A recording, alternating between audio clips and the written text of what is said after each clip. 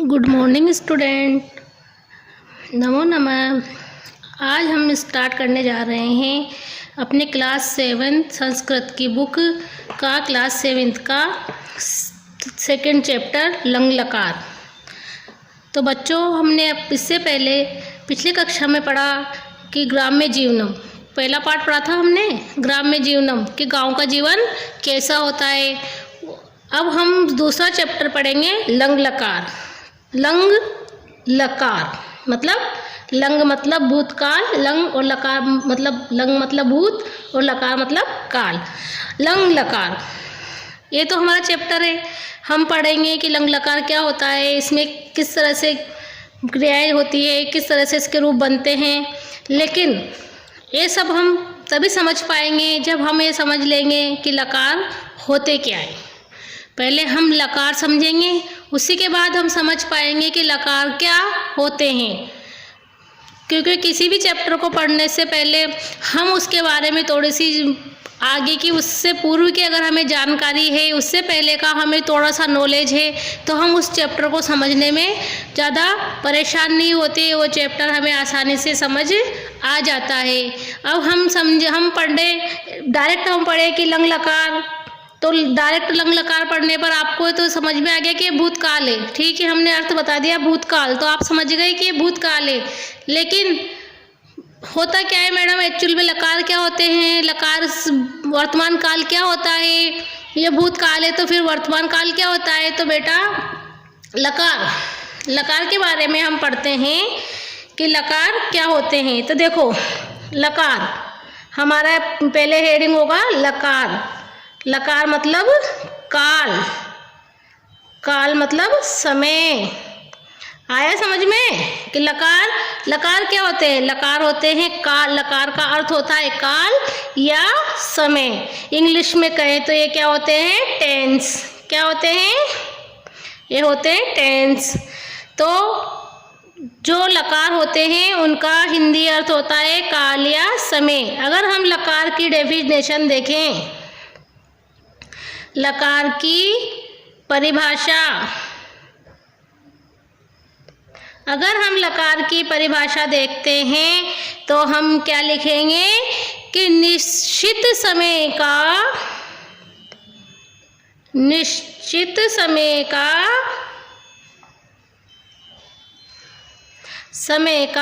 बोध कराने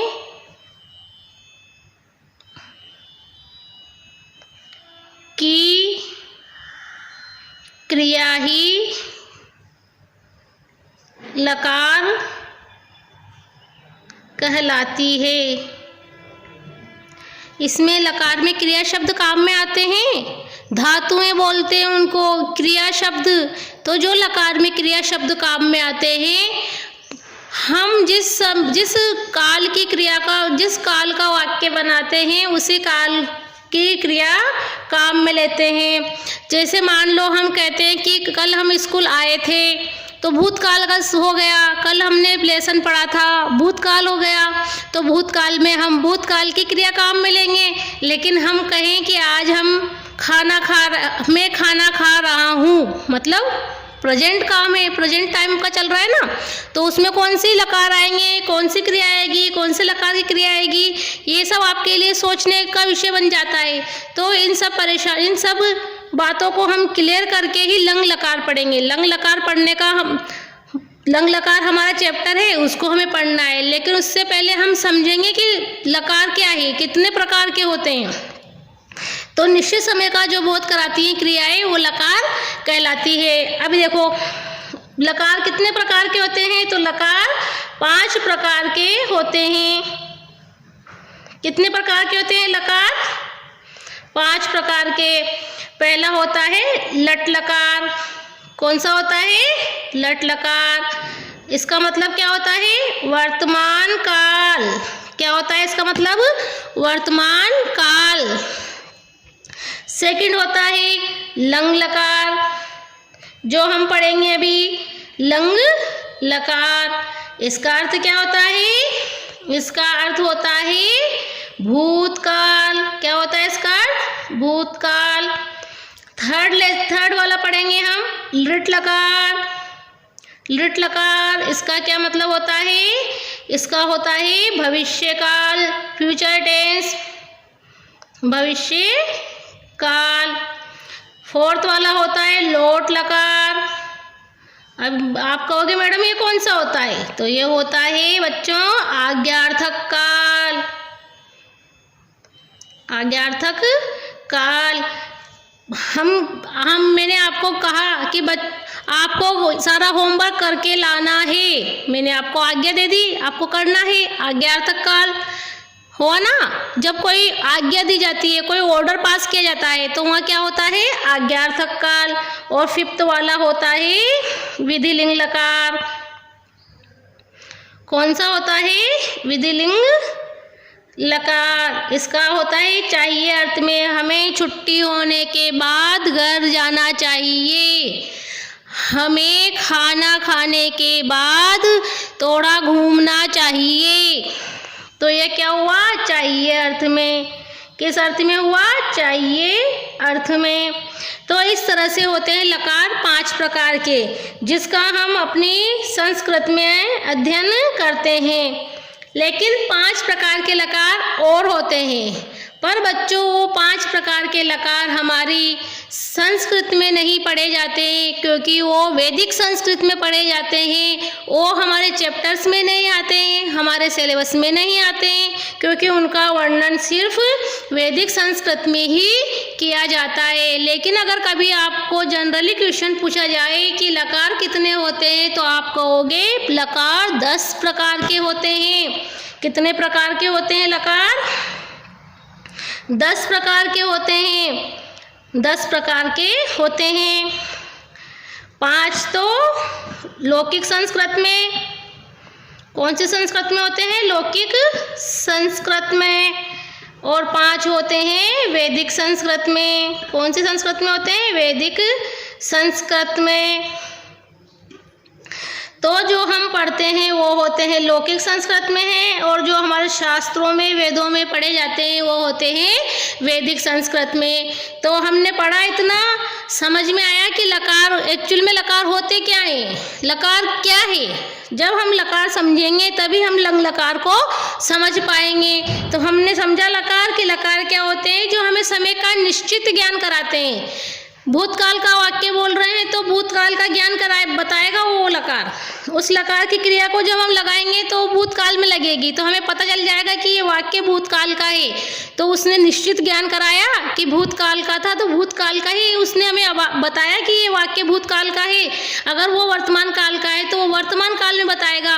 हम इंग्लिश में टेंस पढ़ते हैं तो हम पढ़ते हैं ना present tense, past tense, future tense.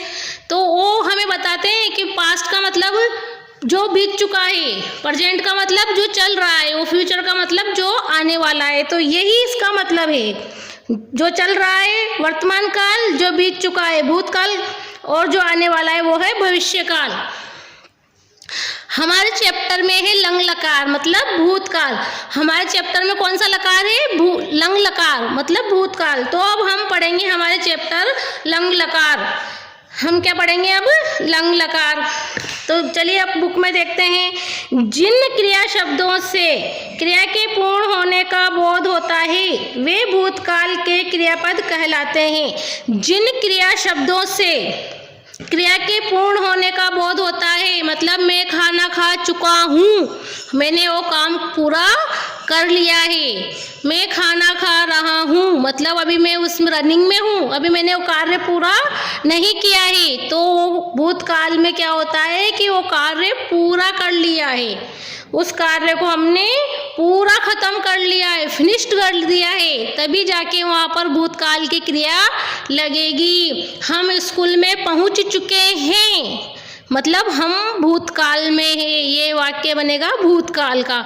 लेकिन हम स्कूल जा रहे हैं, हम रनिंग में हैं, तो वहाँ पर हमारा भूतकाल का वाक्य नहीं बनता है, वहाँ बनता है हमारा वर्तमान काल का वाक्य। या फिर कहें हम कल स्कूल जाएंगे, तो अभी हमने वो कार्य शुरू भी नहीं किया है, अभी तो हम सिर्फ पॉसिबिलिटी बता रहे हैं कि जाएंगे, जाते हैं नहीं जाते वो कल पता चलेगा।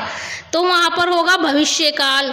तो इसमें इसकी डेफिनेशन क्या होगी लंग लकार की? लंग लकार की डेफिनेशन होगी जिन क्रिया शब्दों से क्रिया के पूर्ण होने का बोध होता है। क्रिया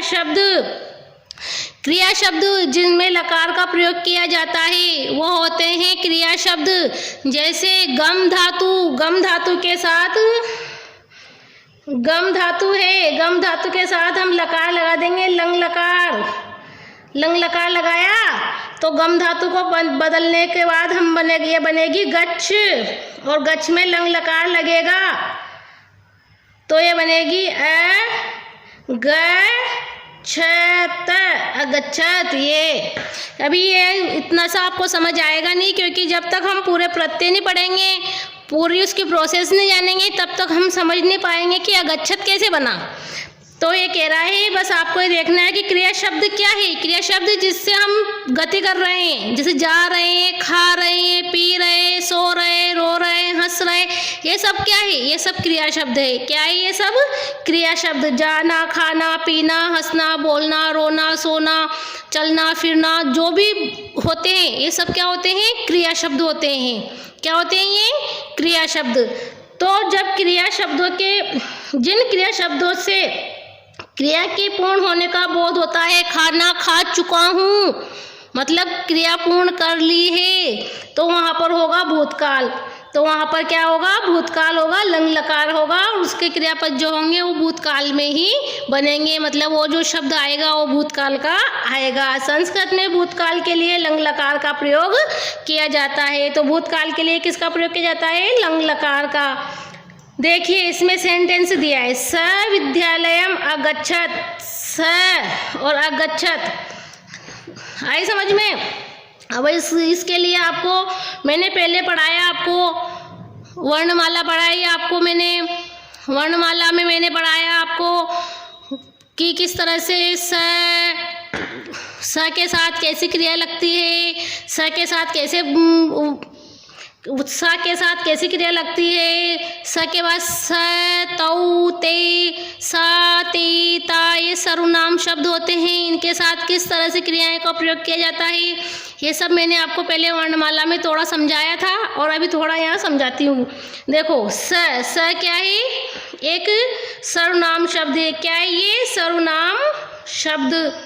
क्या है ये? सर्वनाम शब्द। सर्वनाम शब्द इसका का मतलब है वह। विद्यालयम यानी स्कूल, अगच्छत मतलब गया, जा चुका है, वह विद्यालय जा गया या पहुंच चुका है ना। तो अगच्छत स क्या है? एक वचन है, करता है, अकेला है, उसके साथ आएगा अगच्छत। सा ये पुल्लिंग का करता है, ये स्त्रीलिंग का करता है, ये भी सर्वनाम शब्द है। सा ये भोजनम, अखादत, खादत मतलब खाद एक धातु है, ये क्रिया शब्द है खाद। तो वो क्या कर रही है? उसने क्या किया? भोजन कर चुकी है। क्या कर चुकी है? भोजन कर चुकी है, भोजन खा चुकी है। तो यहाँ पर आया सा के साथ खादत। इसके जब प्रत्यय जुड़ेंगे तब हम समझेंगे कि प्रत्यय कैसे बनते हैं। इसके प्रत्यय जुड़ने से पहले देखो, जब लंग लकार के प्रत्यय लगते हैं तो पांचों लकारों में सिर्फ लंग लकार ही एक ऐसा लकार होता है बच्चों जिसमें प्रत्यय से पहले, शब्द से पहले अ लगा दिया जाता है। देखना समझाती हूँ आपको कि लंग लकार है ना, लंग लकार। इसमें क्या होता है? इसमें जैसे हम लिखते हैं गम धातु को परिवर्तित करने पर गच्छ बनता है। ये सब लंबी प्रोसेस है बेटा, थोड़ा आगे बढ़ेंगे तब इसके बारे में भी जानेंगे। गम धातु में गच्छ बनता है, सिर्फ आपको गच्छ पढ़ना है। गच्छ एक गच्छ धातु है, गच्छ है, ये है क्रियापद। क्या है ये? क्रियापद। ठीक है, अब इस क्रियापद के आगे क्या प्लस करेंगे हम? प्लस प्रत्यय। प्रत्यय मतलब लकार का जो प्रत्यय होगा वो। तो तो यही रहेगा, क्रियापद है गच्छ, गच्छ बनेगा और इसका प्रत्यय क्या बनेगा? अत, अपठत, तो इसको हम पूरा संधि विच्छेद हो रहा है तो संधि बनाएंगे इसकी। तो हम लिखेंगे अगच्छत। ये इस छ में मिल गया। वर्ण विच्छेद पढ़ा था, तब पढ़ा था ना कि कोई भी व्यंजन बिना स्वर के हलंत वाला होता है। जब उसका हलंत हटता है उसमें स्वर मिलता है तब। तो इसमें स्वर मिल गया तो छ का हलंत हट जाएगा और क्या बन जाएगा, ये पूरा छ बन जाएगा बिना हलंत वाला। तो ये हो गया अगच्छत। तो जो लंग लकार होता है, इस लंग लकार में क्रियापद के आगे जोड़ दिया जाता है। शब्द क्रियापद के आगे जोड़ दिया जाता है। जोड़ दिया जाता है। आई तो यहाँ तक समझ में आया कि अ शब्द जो होता है वो लंग लकार में क्रियापद के आगे जोड़ दिया जाता है। उसके बाद उसमें क्या जोड़े जाते हैं, प्रत्यय। यहाँ देखिए अपने प्रत्यय देखिए, अ जोड़ा है क्रियापद में। पठ धातु है। पठ धातु का मतलब होता है पढ़ना। पठ का मतलब पढ़ना। क्या होता है पठ धातु का मतलब पढ़ना। तो पठ अत, ये अत क्या है, प्रत्यय है। ये क्या है, प्रत्यय। और ये है धातु, ये है धातु क्रियापद। यहाँ पर हम इसको नाम दे रहे हैं क्रियापद। ये है क्रियापद, पठ क्रियापद है और इसके आगे जोड़ दिया गया है। तो ये बनेगा अपठत। ये ठ है, इसमें अस्वर मिल जाएगा और ये बन जाएगा अपठत। क्या बन जाएगा, ये अपठत। इसी तरह से ये तो एक वचन का हुआ, प्रथम पुरुष एक वचन का हुआ। फिर प्रथम पुरुष द्विवचन का बनाएंगे तो उसको भी ऐसे बनाएंगे अपठ में त, पठताम, अपठताम। और ये बनेगा अपठन। इसी तरह से यहाँ देखो मध्यम पुरुष में बनेगा अपठ अह का क्या लगेगा, विसर्ग। तो अपठ। और अपठतम, अपठतम। अपठ अत, अपठत।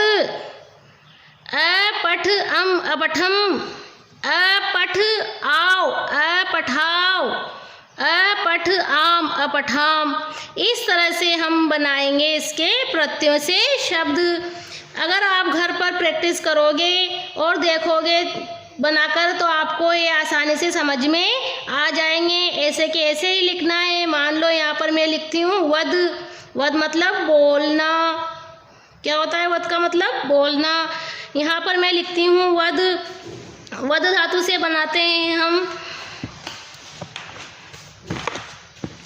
वद धातु से हम बनाते हैं। तो कैसे बनाएंगे, ये लिखेंगे वद, है ना, लंग लकार। ठीक है। अब यहाँ पर हम पहले लिखते हैं प्रथम पुरुष, फिर लिखते हैं मध्यम पुरुष और फिर लिखते हैं उत्तम पुरुष। ठीक है, समझ में आ रहा है, ये समझ पा रहे हो ना। अब हम लिखेंगे एक वचन, द्विवचन और बहुवचन। मध्यम प्रथम पुरुष एक वचन में लिखेंगे। पहले हम सबसे पहले क्या करेंगे, सबके साथ अ प्लस कर देंगे। अ प्लस अ, ये ठीक है, सबके साथ, क्योंकि सब में जुड़ेगा अ, एक में नहीं जुड़ेगा। सभी 9 प्रत्यय होते हैं, ये 9 प्रत्यय होते हैं, 9 शब्द बनते हैं। 3 ऊपर बनते हैं, 3 बीच बनते हैं और 3 नीचे बनते हैं। प्रथम पुरुष के 3, मध्यम पुरुष के 3 और उत्तम पुरुष के 3। तो 9 ही प्रत्ययों में, 9 ही शब्दों में सबसे पहले अ प्लस होएगा।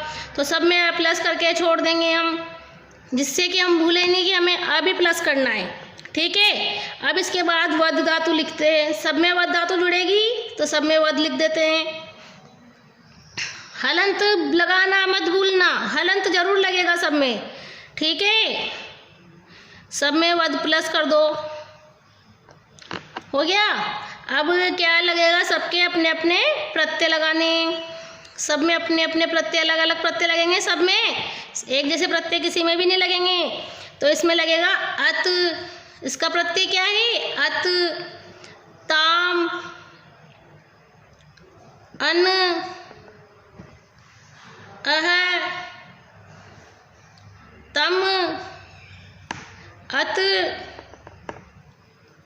अम, आव और आम। ठीक है। अब बनाते हैं, देखो इसमें अ, व, द में अ को मिलाएंगे, द, त। तो पहला बनेगा अवदत, अवदत। दूसरा देखो अवदताम। अब यहाँ पर आप कहोगे कि यहाँ तो द है, फिर अ ही नहीं है, तो इसको हम हलंती लिखें क्या मैम? तो नहीं, यहाँ पर जो हम लिखते हैं पूरा प्रत्यय, तो यहाँ आता है अताम। क्या आता है, अताम, अतम ऐसे बनता है। अगर चाहो तो ऐसे लिख सकते हो आप। तो ऐसे आता है अवदत, अवद, ताम, अवदन। पीछे वाले शब्द में हलंत होगा तो वहाँ लगाना है, क्योंकि पीछे कोई भी स्वर नहीं है। पीछे वाले शब्द का हलंत जरूर देख लेना। ये देखो अवद, पीछे क्या है, विसर्ग है, तो अब अवद है। दूसरे इसमें देखो मध्यम पुरुष का द्विवचन अवदतम और अवदत।